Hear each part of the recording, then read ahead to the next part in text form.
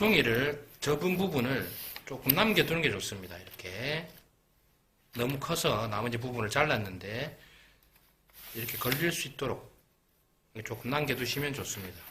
부재에 나무의 한쪽에 턱이 딱 걸리면 맞추기가 더 쉽거든요. 그래서 다 잘라버리면 종이가 자꾸 이렇게 움직이니까 맞추기가 힘들어집니다. 이렇게 맞추기 쉽도록 이 부분은 접어서 남겨두시면 더 좋습니다. 자, 이것을 다시 이렇게 반을 접겠습니다. 자, 반을 표시된 부분에 딱 맞게끔, 끝이 딱 맞게끔 접어서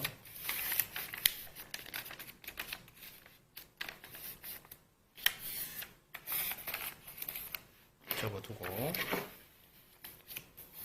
자, 이 부분, 접힌 부분이 가운데 부분이죠. 가운데 부분에서 이렇게 원이 되도록 선을 그어주시면 되겠습니다. 이렇게.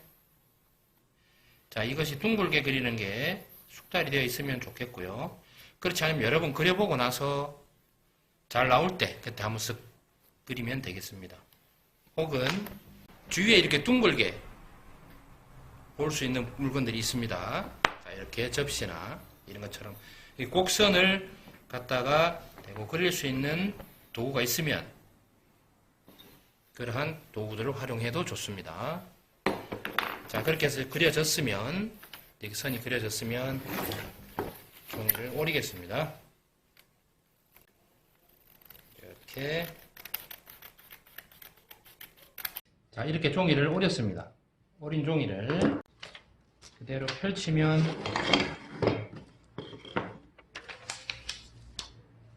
자, 이렇게 손잡이 부분이 되겠죠. 동그랗게 이렇게 뜨고 그리면 되겠습니다. 그리고 손잡이가 될 부분을 적당히 위치를 잡아야 되는데 그 위치가 어느쯤 될지, 자, 손잡이가 될 부분을 표시를 한번 해 보겠습니다. 이렇게 표시를 하시고, 자, 가운데서 얼마만큼 떨어지면 좋을지 전체 길이가 나와야 되겠죠. 자를 댈 때는 10이나 20, 30 이렇게 10 단위로 딱 떨어지는 숫자를 중간에 놓고 표시를 해 보십시오. 자, 이렇게 25를 가운데에 위치를 하니까, 자, 여기는 20, 여기는 30, 이름 전체 길이는 100mm가 되겠죠. 손잡이 길이는 들어갈 수 있는 길이가 100mm. 양쪽에서 10mm씩 더 안으로 들어오면, 자, 이 사이는 8cm가 되겠죠. 그리고 여기서 드릴을 이용해서 둥글게 구멍을 뚫을 겁니다. 이렇게 접고 연필로 구멍만 뚫어 주십시오. 자, 한 곳만 뚫어 두면 양쪽이 똑같이 뚫리죠. 위치가 양쪽이 이렇게 끝에 걸고 이 위치에 연필로 나무에 구멍을 표시합니다. 그리고 선을 그어 주십시오.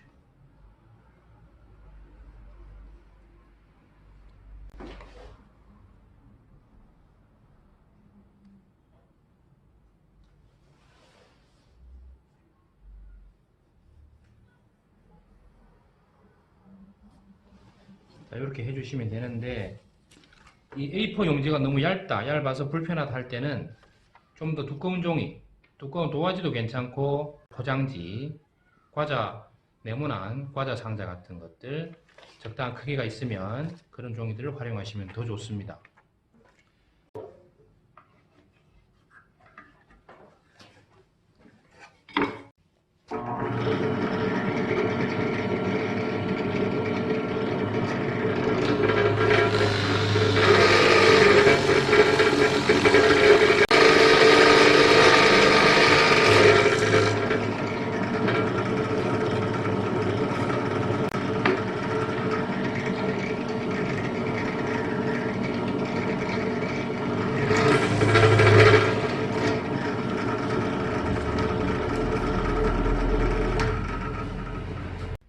구멍을 뚫더라도 상처 없이 깨끗하게 뚫어야 제대로 뚫었다고 할 수가 있겠죠.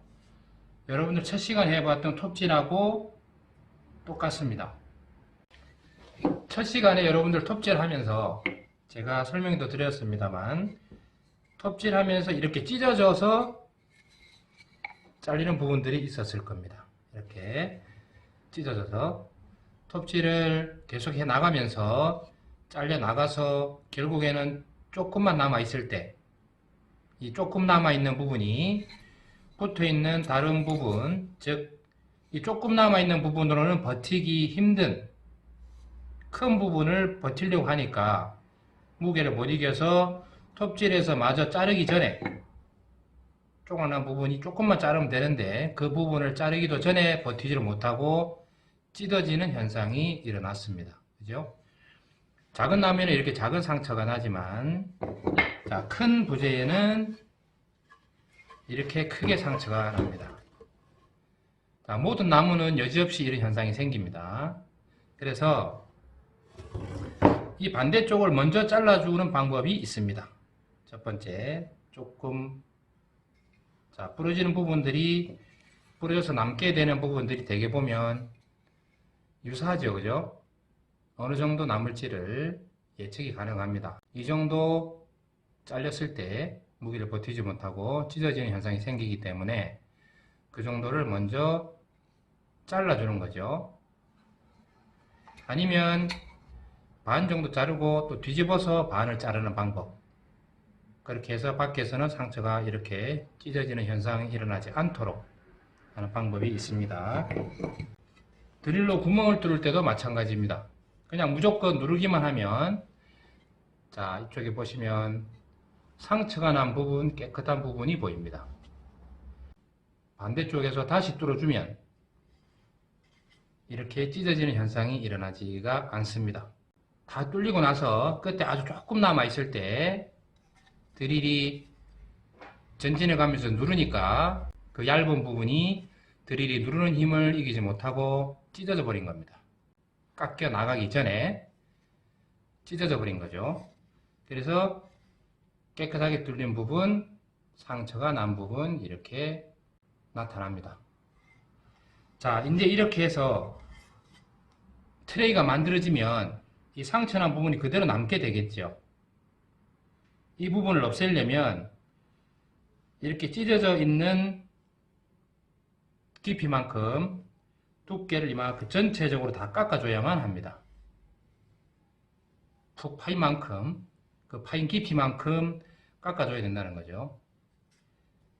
일이 또 생깁니다. 해야 될 일이. 그리고 치수도 달라져 버리죠. 계획했던 치수하고는 틀려 버립니다. 그렇게 되면. 그래서 그런 부분들을 잘 염두에 두어야 합니다. 앞으로도 계속 여러분들이 작품을 만들어 갈 건데 그때그때마다 그 내용을 잘 숙지하시고 톱질에 유념하셔야 되겠습니다. 이 부분이 손잡이가 될 부분입니다. 그죠? 손잡이가 될 부분을 잘라내겠습니다. 자, 잘라낼 부분을 표시를 합니다.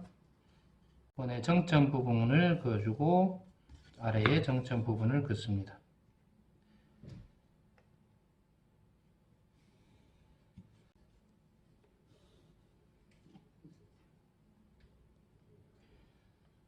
자, 이렇게 잘라낼 부분을 표시를 하고 또 뒤집어서 똑같이 표시를 합니다.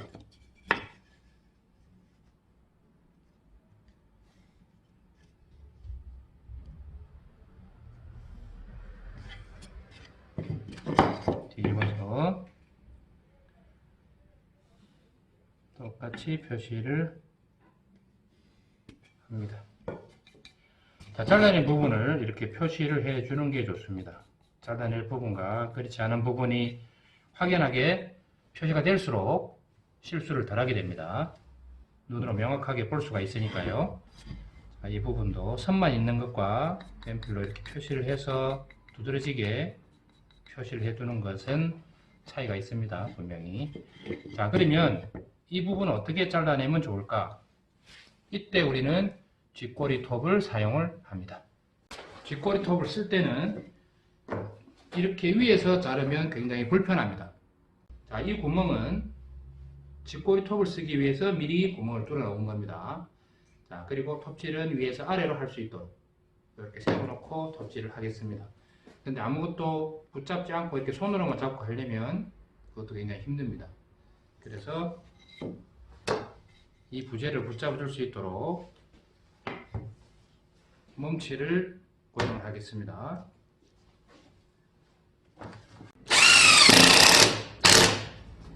여러분의 작업대는 상처가 나도 괜찮습니다. 작업대에는 작업대에 상처를 내면서 작업을 하고 쓰는 거니까요. 그리고 합판만 한 장 덮어서 이렇게 쓸 수 있도록 해놓은 이유는 상처가 많이 나서 도저히 쓸 수 없을 때는 또 새 걸로 갈아서 쓸 수 있도록 쉽게 그 합판 한 장만 갈아서 새 합판으로 갈아치우면 다시 새 작업대가 될 수 있도록 이렇게 보완을 한 것입니다.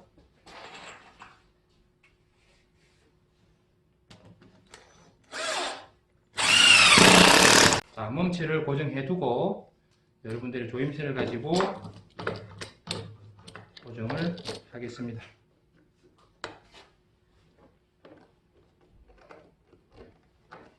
자, 이렇게 해서 톱질을 합니다.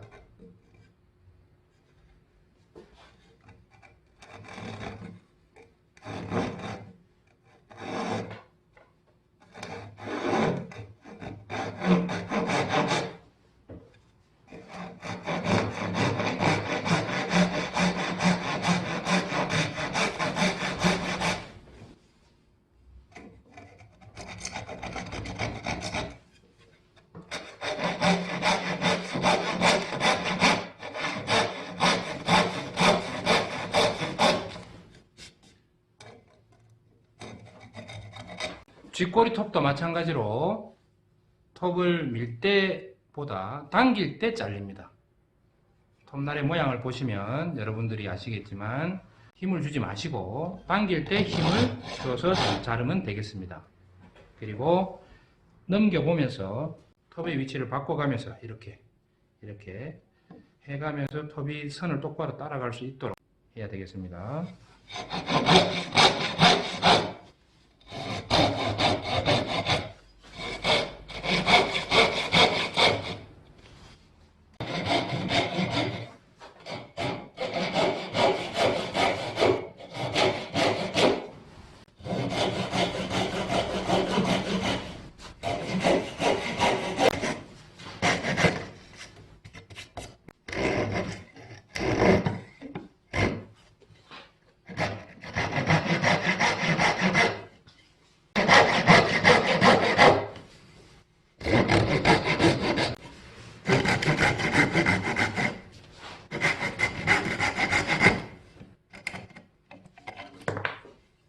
이 부분은 공구함을 만들 때와 마찬가지로 평톱으로 자릅니다.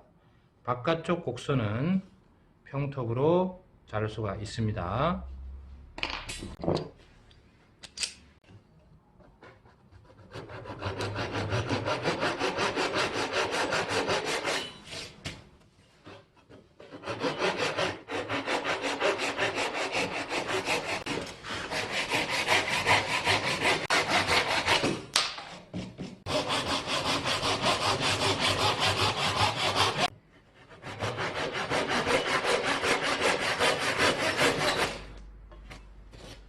자, 어느 정도 곡선에 가까워지도록 이렇게 잘랐으면 이제 여러분들 가지고 있는 대패로 마무리를 해서 깎으면 되겠습니다. 곡선을 다듬어 주십시오.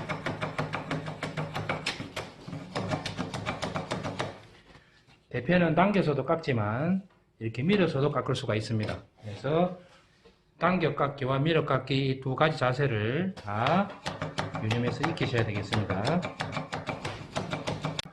대패질을 하실 때 혹은 톱질을 할 때 이 부재가 흔들리는 것이 불편하고 싫다 하면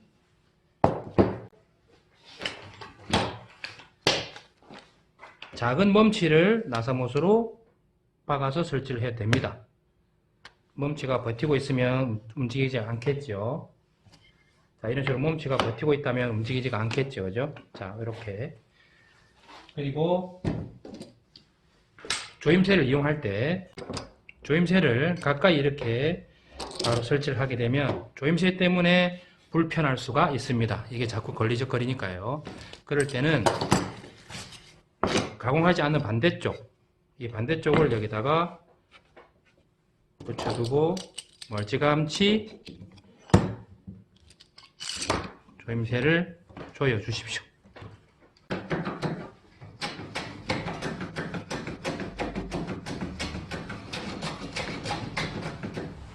대패질을 할 때는 자, 둥근 부분, 이 바깥 부분을 하지만 그리고 상대적으로 대패질 하기는 조금 좁습니다. 자, 여러분들이 대패질 하기는 좁은데 좁다고 해서 대패가 이렇게 끄떡거려서는 절대 안 됩니다. 이 좁은 면이지만 좁은 면 전체를 끄떡임 없이 똑바로 다 깎일 수 있도록 자세를 여러분들이 갖춰야만 합니다.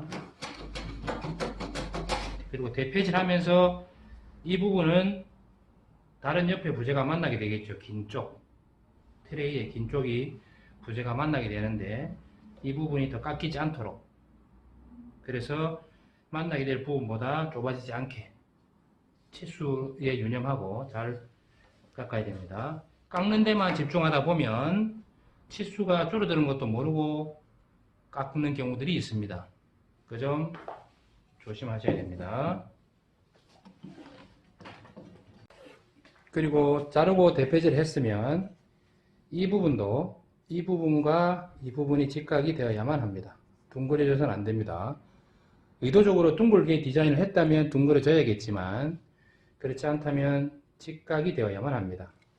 자, 이 부분은 당연히 직각이겠죠, 그죠? 직각으로 나오지만 이 부분이 대패질된 이 부분도 직각, 또 이쪽으로도 직각, 그렇게 잡혀야만 하겠습니다. 자, 직각을 보는 방법은 첫 시간에 설명을 드렸듯이 이렇게 조합자를 가지고 맞춰보면 되겠습니다. 조합자의 이 부분에 정확히 닿았을 때의 직각을 측정을 하는 것입니다. 먼저 닿는 것이 1번, 그 다음이 2번입니다. 그렇게 해서 뜨는 부분이 보이지 않으면 직각이 되겠습니다.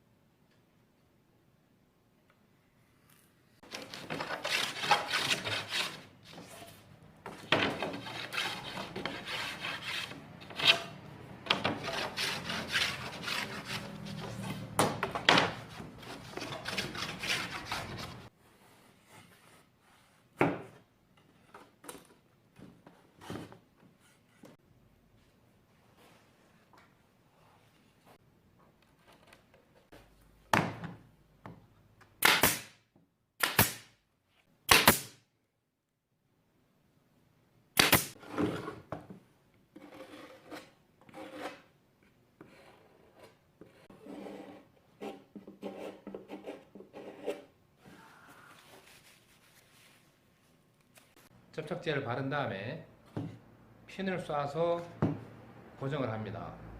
그러면 접착제가 목공 본드가 접착력이 생길 때까지 이 타카핀이 움직이지 않게끔 붙잡아주는 역할을 합니다.